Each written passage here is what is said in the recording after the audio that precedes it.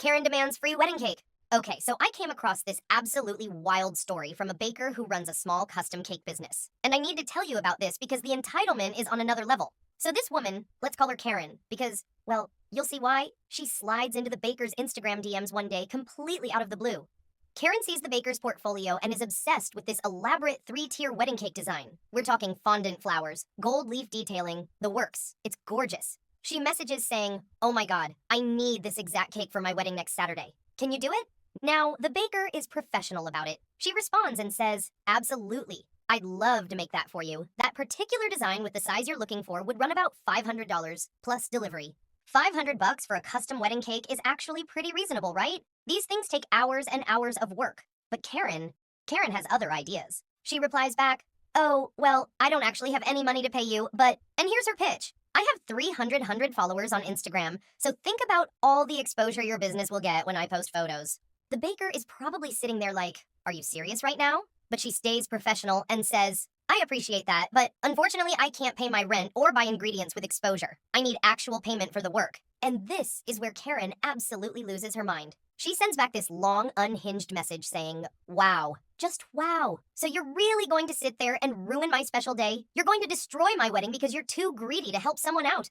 I'm offering you amazing exposure and you're throwing it back in my face? You're a terrible person and a terrible business owner." The baker is just stunned. She literally just met this woman 5 minutes ago, and now she's somehow responsible for ruining her entire wedding. So the baker takes a deep breath and just responds, "I'm sorry you feel that way. I hope you find someone who can help you. Good luck with your wedding." Short, professional, done. Most people would just drop it there, right? Not Karen. Karen keeps going. She sends another message saying, "You know what? I didn't want your ugly cake anyway. I'm sure it tastes terrible. I'm going to make sure everyone knows how horrible you are." The baker at this point just stops responding. But here's where it gets even better, or worse, depending on how you look at it.